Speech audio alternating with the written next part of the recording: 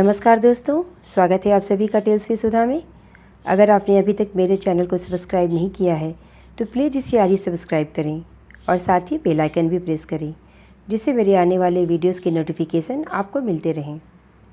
मेरे वीडियोस के latest update के लिए प्लीज़ मुझे इंस्टाग्राम पर भी फॉलो करें। आज मैं मुंशी प्रेमचंद की एक बहुत ही प्यारी सी रचना लेकर आई हूँ। कहानी का शीर्षक है महातीर्थ। तो चलिए आज की कहानी शुरू करते हैं। मुंशी इंद्रमणि की आमदनी कम थी और खर्च ज़्यादा। अपने बच्चे के लिए दाई का खर्च न उठा सकते थे, लेकिन एक तो बच्चे की सेवा शुश्रूषा की फिक्र और दूसरे अपने बराबर वालों से हेठे बनकर रहने का अपमान इस खर्च को सहन करने पर मजबूर करता था। बच्चा दाई को बहुत चाहता था, हरदम उसके गले का हार बना रहता था, इसलिए दाई और भी ज़रूरी मालूम होती थी। पर शायद सबसे बड़ा कारण यह था कि वह मुरव्वत के वश दाई को जवाब देने का साहस नहीं कर सकते थे। बुढ़िया उनके यहाँ 3 साल से नौकर थी। उसने उनके इकलौते लड़के का लालन पालन किया था। अपना काम बड़ी मुस्तैदी और परिश्रम से करती थी। उसे निकालने का कोई बहाना नहीं था और व्यर्थ खुचड़ निकालना इंद्रमणि जैसे भले आदमी के स्वभाव के विरुद्ध था। पर उनकी पत्नी सुखदा इस संबंध में अपने पति से सहमत न थी। उसे संदेह था कि दाई हमें लूट रही है। जब दाई बाजार से लौटती तो वह दालान में छिपी रहती कि देखूं आटा कहीं छिपाकर तो नहीं रख देती, लकड़ी तो नहीं छिपा देती। उसकी लाई हुई चीज़ों को घंटों देखती, पूछताछ करती, बार बार पूछती, इतना ही क्यों, क्या भाव है, क्या इतना महंगा हो गया। दाई कभी तो इन संदेहात्मक प्रश्नों का उत्तर नम्रतापूर्वक देती, किंतु जब कभी बहू जी ज़्यादा तेज हो जाती तो वह भी कड़ी पड़ जाती थी। शपथ खाती, सफाई की शहादतें पेश करती, वाद विवाद में घंटों लग जाते थे। प्रायः नित्य यही दशा रहती थी और प्रतिदिन यह नाटक दाई के अश्रुपात के साथ समाप्त होता था। दाई का इतनी सख्तियाँ झेल कर पड़े रहना सुखदा के संदेह को और भी पुष्ट करता था। उसे कभी विश्वास नहीं होता था कि यह बुढ़िया केवल बच्चे के प्रेमवश पड़ी हुई है। वह बुढ़िया को इतनी बाल प्रेमशीला नहीं समझती थी। संयोग से एक दिन दाई को बाजार से लौटने में जरा देर हो गई। वहाँ 2 कुंजड़ियों में देवासुर संग्राम मचा था। उनका चित्रमय हाव भाव, उनका आग्नेय तर्क वितर्क, उनके कटाक्ष और व्यंग सब अनुपम थे। विष के 2 नद थे या ज्वाला के 2 पर्वत, जो दोनों तरफ से उमड़कर आपस में टकरा गए थे। क्या वाक प्रवाह था, कैसी विचित्र विवेचना। उनका शब्द बाहुल्य, उनकी मार्मिक विचारशीलता, उनके अलंकृत शब्द विन्यास और उनकी उपमाओं की नवीनता पर ऐसा कौन सा कवि है जो मुग्ध न हो जाता। उनका धैर्य, उनकी शांति विस्मयजनक थी। दर्शकों की एक अच्छी खासी भीड़ जमा हो गई। वह लाज को भी लज्जित करने वाले इशारे, वह अश्लील शब्द जिनसे मलिनता के भी कान खड़े होते, सहस्त्रों रसिक जनों के लिए मनोरंजन की सामग्री बने हुए थे। दाई भी खड़ी हो गई कि देखो क्या माजरा है। तमाशा इतना मनोरंजक था कि उसे समय का बिल्कुल भी ध्यान न रहा। यकाएक जब 9 के घंटी की आवाज़ कान में आई तो चौंक पड़ी और लपकी हुई घर की ओर चली। सुखदा भरी बैठी थी। दाई को देखते ही त्योरी बदलकर बोली, क्या बाजार में खो गई थी। दाई विनयपूर्ण भाव से बोली, एक जान पहचान की महरी से भेंट हो गई थी। वह बातें करने लगी। सुखदा इस जवाब से और भी चिढ़ गई और बोली, यह दफ्तर जाने को देर हो रही है और तुम्हें सैर सपाटे की सूझती है।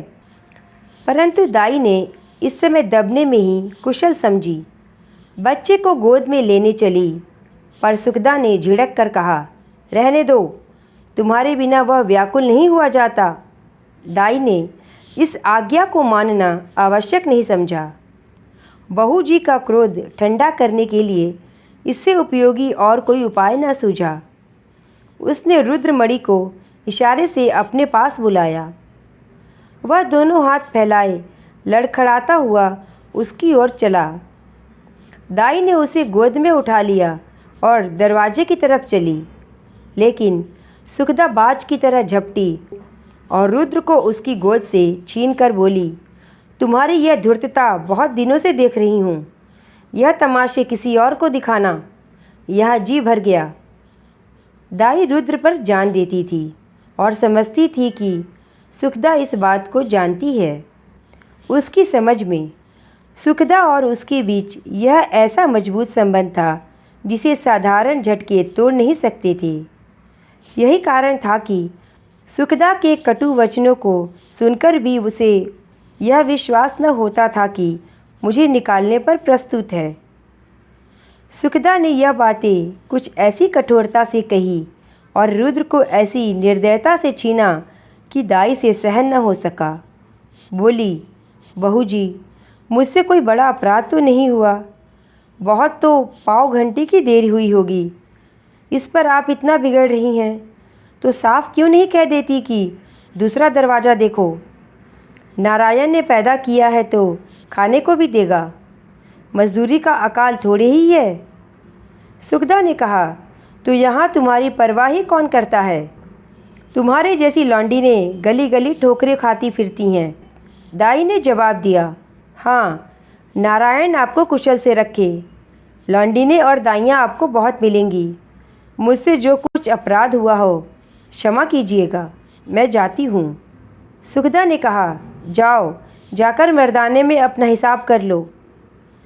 दाई ने कहा, मेरी तरफ से रुद्र बाबू को मिठाइयाँ मंगवा दीजिएगा। इतने में इंद्रमणि भी बाहर से आ गए और पूछा, क्या बात है? दाई ने कहा, कुछ नहीं, बहू जी ने जवाब दिया है, घर जाती हूँ। इंद्रमणि गृहस्थी के जंजाल से इस तरह बचते थे जैसे कोई नंगे पैर वाला मनुष्य कांटों से बचे। उन्हें सारे दिन एक ही जगह खड़े रहना मंजूर था, पर कांटों में पैर रखने की हिम्मत न थी। खिन्न होकर बोले, क्या बात हुई?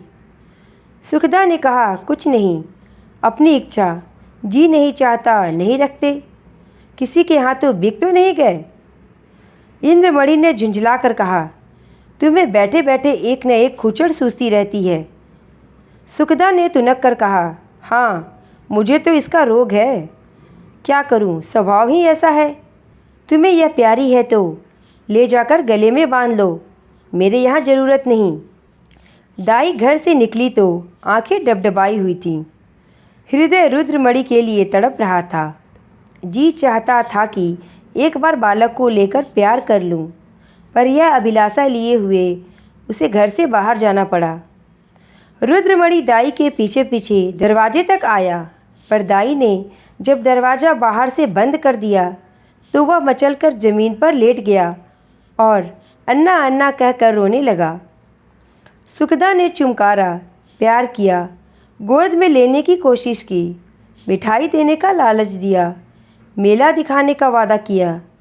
इससे जब काम न चला तो बंदर, सिपाही, लुल्लू और हवा की धमकी दी, पर रुद्र ने वह रौद्र रूप धारण किया कि किसी तरह चुप न हुआ।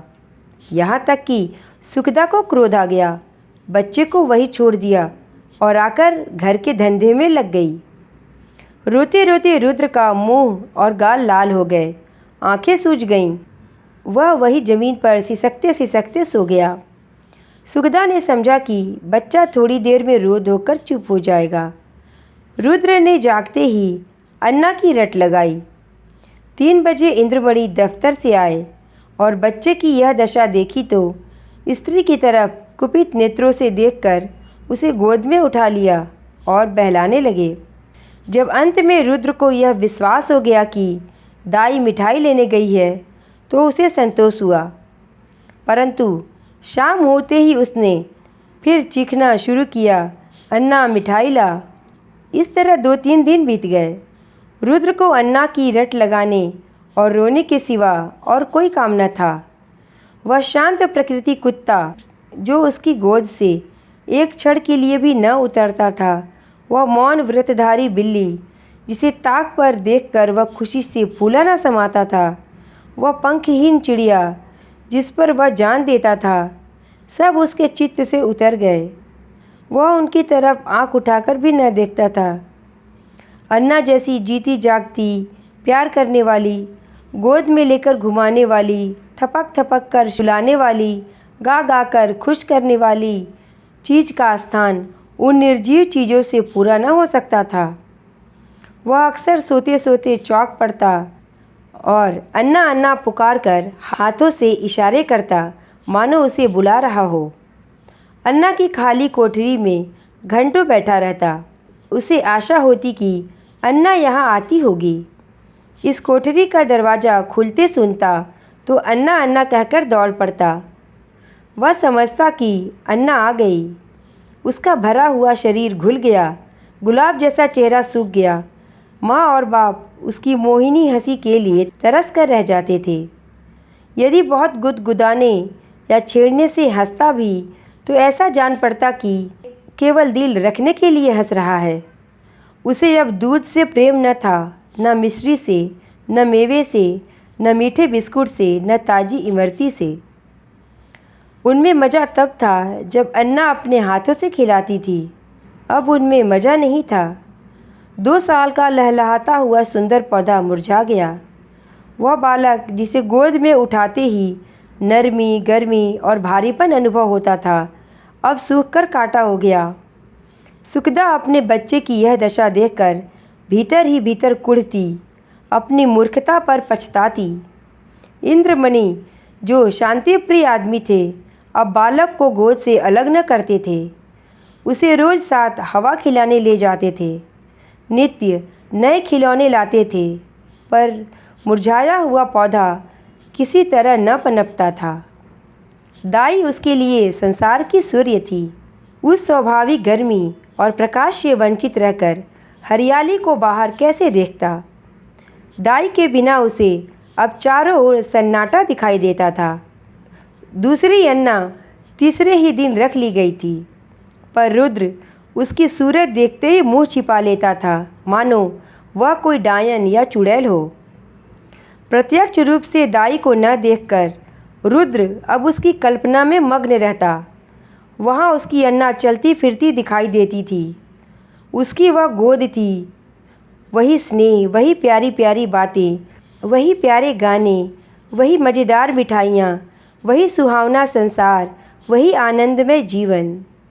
अकेले बैठकर कल्पित अन्ना से बातें करता। अन्ना कुत्ते भूखे, अन्ना गाय दूध देती, अन्ना उजला उजला घोड़ा दौड़े। सवेरा होते ही लोटा लेकर दाई की कोठरी में जाता और कहता, अन्ना पानी। दूध का गिलास लेकर उसकी कोठरी में रख आता और कहता, अन्ना दूध पिला। अपनी चारपाई पर तकिया रखकर चादर से ढक देता और कहता, अन्ना सोती है। सुखदा जब खाने बैठती तो कटोरे उठा उठाकर अन्ना की कोठरी में ले जाता और कहता, अन्ना खाना खाएगी। अन्ना अब उसके लिए एक स्वर्ग की वस्तु थी, जिसके लौटने की अब उसे बिल्कुल भी आशा न थी। रुद्र के स्वभाव में धीरे धीरे बालकों की चपलता और सजीवता की जगह एक निराशाजनक धैर्य, एक आनंद विहीन शिथिलता दिखाई देने लगी। इस तरह 3 हफ्ते गुजर गए। बरसात का मौसम था। कभी बेचैन करने वाली गर्मी, कभी हवा के ठंडे झोंके। बुखार और जुकाम का जोर था। रुद्र की दुर्बलता इस ऋतु परिवर्तन को बर्दाश्त न कर सकी। सुखदा उसे फलालैन का कुर्ता पहनाए रखती थी। उसे पानी के पास नहीं जाने देती। नंगे पैर एक कदम भी नहीं चलने देती। पर सर्दी लग ही गई। रुद्र को खांसी और बुखार आने लगा। प्रभात का समय था। रुद्र चारपाई पर आंख बंद किए पड़ा था। डॉक्टरों का इलाज निष्फल हुआ। सुखदा चारपाई पर बैठी उसकी छाती में तेल की मालिश कर रही थी और इंद्रमणि विषाद की मूर्ति बने हुए करुणापूर्ण आंखों से बच्चे को देख रहे थे। इधर सुखदा से वह बहुत कम बोलते थे। उन्हें उससे एक तरह की घृणा सी हो गई थी। वह रुद्र की बीमारी का एकमात्र कारण उसी को समझते थे। वह उनकी दृष्टि में बहुत नीच स्वभाव की स्त्री थी। सुखदा ने डरते डरते कहा, आज बड़े हकीम साहब को बुला लेते, शायद उनकी दवा से फ़ायदा हो। इंद्रमणि ने काली घटाओं की ओर देखकर रुखाई से जवाब दिया, बड़े हकीम नहीं, यदि धनवंतरी भी आवें तो भी उसे कोई फ़ायदा न होगा। सुखदा ने कहा, तो क्या आप किसी की दवा न होगी? इंद्रमणि बोले, बस इसकी एक ही दवा है और अलभ्य है। सुखदा बोली, तुम्हें तो बस वही धुन सवार है, क्या बुढ़िया आकर अमृत पिला देगी? इंद्रमणि ने कहा, वह तुम्हारे लिए चाहे विष हो, पर लड़के के लिए अमृत ही होगी। सुखदा बोली, मैं नहीं समझती कि ईश्वर इच्छा उसके अधीन है। इंद्रमणि बोले, यदि नहीं समझती हो और अब तक नहीं समझी तो रोओगी, बच्चे से हाथ धोना पड़ेगा। सुखदा ने कहा, चुप भी रहो, क्या अशुभ मुँह से निकालते हो? यदि ऐसी ही जली कटी सुनानी है तो बाहर चले जाओ। इंद्रमणि बोले, तो जाता हूँ, पर याद रखो यह हत्या तुम्हारे ही गर्दन पर होगी। यदि लड़के को तंदुरुस्त देखना चाहती हो तो उसी दाई के पास जाओ, उससे विनती और प्रार्थना करो, क्षमा मांगो, तुम्हारे बच्चे की जान उसी की दया के अधीन है। सुखदा ने कुछ उत्तर नहीं दिया, उसकी आंखों से आंसू जारी थे। इंद्रमणि ने पूछा, क्या मर्जी है, जाऊं उसे बुला लाऊं? सुखदा ने कहा, तुम क्यों जाओगे, मैं आप चली जाऊंगी। इंद्रमणि बोले, नहीं, क्षमा करो, मुझे तुम्हारे ऊपर विश्वास नहीं है। न जाने तुम्हारे ज़बान से क्या निकल पड़े कि जो वह आती भी होगी तो न आएगी। सुखदा ने पति की ओर फिर तिरस्कार की दृष्टि से देखा और बोली, हाँ और क्या, मुझे अपने बच्चे की बीमारी का शौक थोड़ी ही है। मैंने लाज के मारे तुमसे कहा नहीं, पर मेरे हृदय में यह बात बार बार उठी है। यदि मुझे दाई के मकान का पता मालूम होता तो मैं कब की उसे मना लाई होती। वह मुझसे कितनी ही नाराज़ क्यों न हो, पर रुद्र से उसे प्रेम था। मैं आज ही उसके पास जाऊंगी। तुम विनती करने को कहते हो, मैं उसके पैर पड़ने को भी तैयार हूँ। उसके पैरों को आंसुओं से भिगोऊंगी और जिस तरह राजी होगी राजी करूँगी। सुखदा ने बहुत धैर्य धरकर यह बातें कहीं, परंतु उमड़े हुए आंसू न रुक सके। इंद्रमणि ने स्त्री की ओर सहानुभूतिपूर्वक देखा और लज्जित हो बोले, मैं तुम्हारा जाना उचित नहीं समझता, मैं खुद ही जाता हूँ। कैलाशी संसार में अकेली थी।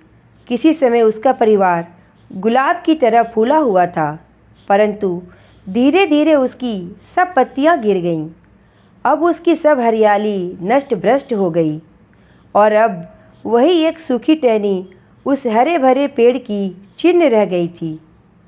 परंतु रुद्र को पाकर इस सूखी टहनी में जान पड़ गई थी। इसमें हरी भरी पत्तियां निकल आई थीं। वह जीवन जो अब तक नीरस और शुष्क था, अब सरस और सजीव हो गया था। अंधेरे जंगल में भटके हुए पथिक को प्रकाश की झलक आने लगी। अब उसका जीवन निरर्थक नहीं बल्कि सार्थक हो गया था। कैलाशी रुद्र की भोली भाली बातों पर न्यौछावर हो जाती, पर वह अपना स्नेह सुखदा से छिपाती थी, इसलिए कि माँ के हृदय में द्वेष न हो। वह रुद्र के लिए उसकी माँ से छिपाकर मिठाई लाती और उसे खिलाकर प्रसन्न होती। वह दिन में 2-3 बार उसे उपटन मलती कि बच्चा खूब पुष्ट हो। वह दूसरों के सामने उसे कोई चीज़ नहीं खिलाती कि उसे नज़र लग जाएगी। सदा वह दूसरों से बच्चे के अल्पाहार का रोना रोया करती। उसे बुरी नज़र से बचाने के लिए ताबीज़ और गंडे लाती रहती। यह उसका विशुद्ध प्रेम था, उसमें स्वार्थ की गंध भी न थी। इस घर से निकलकर आज कैलाशी की वह दशा थी जो थिएटर में यकाएक बिजली लैंपों के बुझ जाने से दर्शकों की होती है। उसके सामने वही सूरत नाच रही थी, कानों में वही प्यारी प्यारी बातें गूंज रही थीं। उसे अपना घर काटने को दौड़ता था। उस काल कोठरी में दम घुटता था। रात ज्यों त्यों कर कटी। सुबह को वह घर में झाड़ू लगा रही थी। बाहर ताजे हलवे की आवाज़ सुनकर बड़ी फुर्ती से घर से बाहर निकल आई। तब याद आया, आज हलवा कौन खाएगा, आज गोद में बैठकर कौन चहकेगा। वह मधुर गान सुनने के लिए जो हलवा खाते समय रुद्र की आंखों से, होठों से और शरीर के एक एक अंग से बरसता, कैलाशी का हृदय तड़प गया। वह व्याकुल होकर घर से बाहर निकली कि चलो रुद्र को देखाऊं, पर आधे रास्ते से लौट आई। रुद्र कैलाशी के ध्यान से एक क्षण भर के लिए भी नहीं उतरता था। वह सोते सोते चौंक पड़ती, जान पड़ता डंडे का घोड़ा दबाए चला आता है। पड़ोसियों के पास जाती तो रुद्र की ही चर्चा करती। रुद्र उसके दिल और जान में बसा हुआ था। सुखदा के कठोरतापूर्ण कुव्यवहार का उसके हृदय में ध्यान नहीं था। वह रोज़ इरादा करती थी कि आज रुद्र को देखने जाऊंगी। उसके लिए बाजार से मिठाइयाँ और खिलौने लाती। घर से चलती पर रास्ते से लौट आती। कभी 2-4 कदम से आगे नहीं बढ़ा जाता। कौन मुँह लेकर जाऊं? जो प्रेम को धूर्तता समझता हो उसे कौन सा मुँह दिखाऊं? कभी सोचती, यदि रुद्र मुझे न पहचाने तो? बच्चों के प्रेम का क्या ठिकाना, नई दाई से हिल मिल गया होगा। यह ख्याल उसके पैरों पर जंजीर का काम कर जाता था। इसी तरह 2 हफ्ते बीत गए। कैलाशी का जी उचाट रहता, जैसे उसे कोई लंबी यात्रा करनी हो। घर की चीज़ें जहाँ की तहाँ पड़ी रहती, न खाने की सुध थी न कपड़े की। रात दिन रुद्र का ही ध्यान रहता था। संयोग से इन्हीं दिनों बद्रीनाथ की यात्रा का समय आ गया। मोहल्ले के कुछ लोग यात्रा की तैयारियां करने लगे। कैलाशी की दशा इस समय उस पालतू चिड़िया जैसी थी जो पिंजड़े से निकलकर फिर किसी कोने की खोज में हो। उसे विस्मृति का यह अच्छा अवसर लगा। यात्रा के लिए तैयार हो गई। आसमान पर काली घटाएं छाई हुई थीं और हल्की हल्की फुहारें पड़ रही थीं। देहली स्टेशन पर यात्रियों की भीड़ थी। कुछ गाड़ियों पर बैठे थे, कुछ अपने घर वालों से विदा हो रहे थे। चारों तरफ एक हलचल सी मची थी। संसार माया आज भी उन्हें जकड़े हुए थी। कोई स्त्री को सावधान कर रहा था कि धान कट जावे तो तालाब वाले खेत में मटर बो देना और बाग के पास गेहूँ।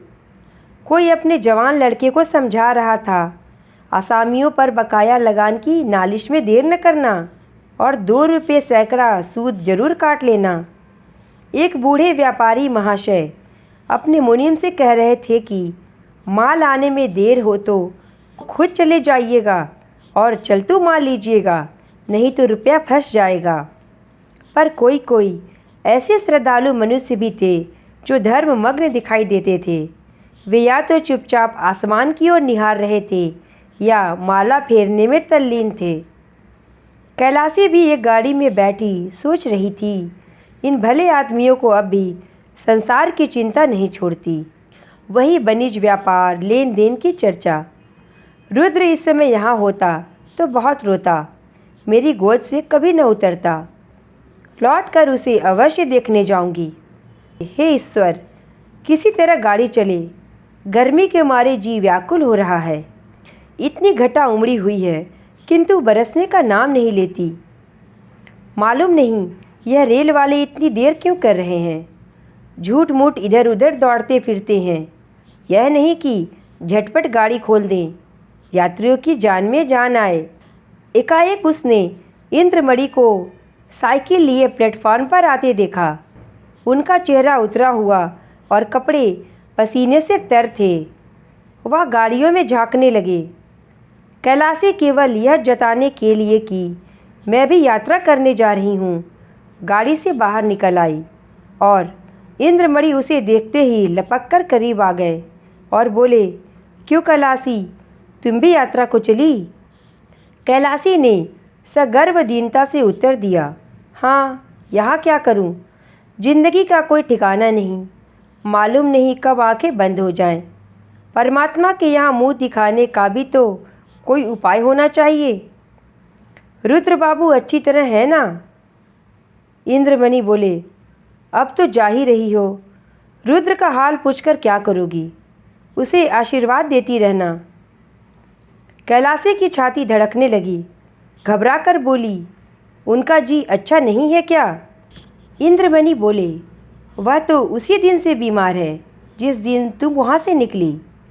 2 हफ्ते तक उसने अन्ना अन्ना की रट लगाई रखी।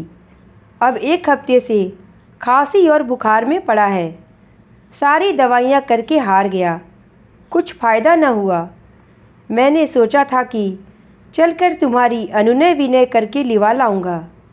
क्या जाने तुम्हें देखकर उसकी तबीयत संभल जाए। पर तुम्हारे घर पर आया तो मालूम हुआ कि तुम यात्रा करने जा रही हो। अब किस मुंह से चलने को कहूँ? तुम्हारे साथ सलूक ही कौन सा अच्छा किया था जो इतना साहस करूँ? फिर पुण्य कार्य में विघ्न डालने का भी डर है।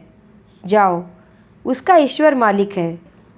आयु शेष है तो बच ही जाएगा, अन्यथा ईश्वरीय गति में किसी का क्या वश। कैलासी की आंखों के सामने अंधेरा छा गया। सामने की चीज़ें तैरती हुई मालूम होने लगी। हृदय भावी अशुभ की आशंका से दहल गया। हृदय से निकल पड़ा, हे ईश्वर, मेरे रुद्र का बाल भी बांका न हो। प्रेम से गला भर आया। विचार किया, मैं कैसी कठोर हृदय हूँ। प्यारा बच्चा रो रो कर हलकान हो गया और मैं उसे देखने तक नहीं गई। सुखदा का स्वभाव अच्छा नहीं, ना सही, किंतु रुद्र ने मेरा क्या बिगाड़ा था कि मैंने माँ का बदला बेटे से लिया। ईश्वर, मेरा अपराध क्षमा करो। प्यारा रुद्र मेरे लिए हुड़क रहा है। इस ख्याल से कैलासी का कलेजा महसूस उठा और आंखों से आंसू बह निकले। मुझे क्या मालूम था कि उसे मुझसे इतना प्रेम है। भयातुर होकर बोली, दूध तो पीते हैं ना? इंद्रमणि ने कहा, तुम दूध पीने को कहती हो? उसने 2 दिन से आंखें तक नहीं खोली। कैलासी ने कहा, हे मेरे परमात्मा।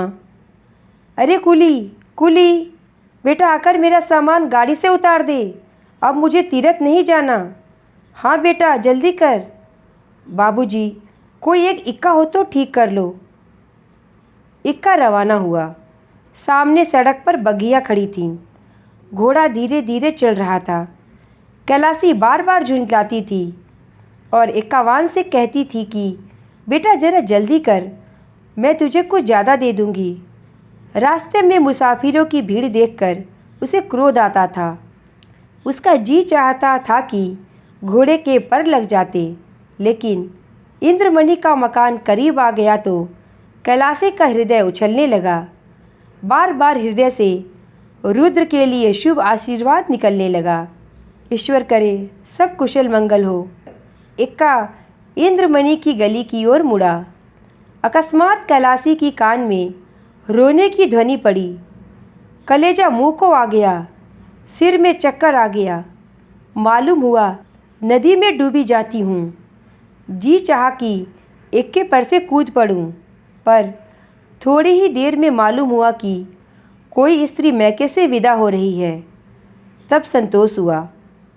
अंत में इंद्रमणि का मकान आ पहुँचा।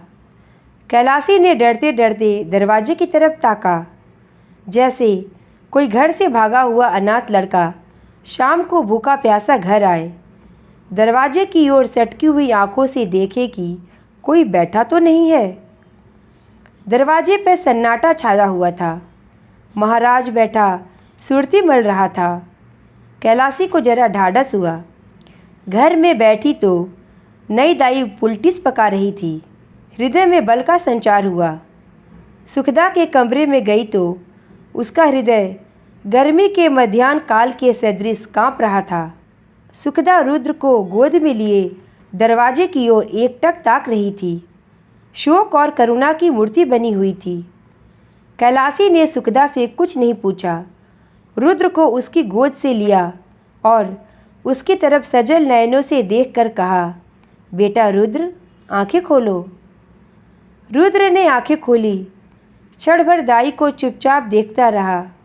तब एकाएक दाई के गले से लिपटकर बोला, अन्ना आई, अन्ना आई। रुद्र का पीला मुरझाया हुआ चेहरा खिल उठा, जैसे बुझते हुए दीपक में तेल पड़ गया हो। ऐसा मालूम हुआ मानो वह कुछ बढ़ गया है। 1 हफ्ता बीत गया। प्रातःकाल का समय था। रुद्र आंगन में खेल रहा था। इंद्रमणि ने बाहर से आकर उसे गोद में उठा लिया और प्यार से बोले, तुम्हारी अन्ना को मारकर भगा दें? रुद्र ने मुंह बनाकर कहा, नहीं, रोएगी। कैलाशी बोली, क्यों बेटा, तुमने तो मुझे बद्रीनाथ नहीं जाने दिया। मेरी यात्रा का पुण्य फल कौन देगा? इंद्रमणि ने मुस्कुराकर कहा, तुम्हें उससे कहीं अधिक पुण्य हो गया। यह तीर्थ महातीर्थ है। तो यह थी आज की कहानी महातीर्थ। आपको यह कहानी कैसी लगी मुझे कमेंट करके ज़रूर बताएं, और अगर पसंद आई हो तो प्लीज़ इसे लाइक और शेयर करें और मेरे चैनल को सब्सक्राइब करें। धन्यवाद।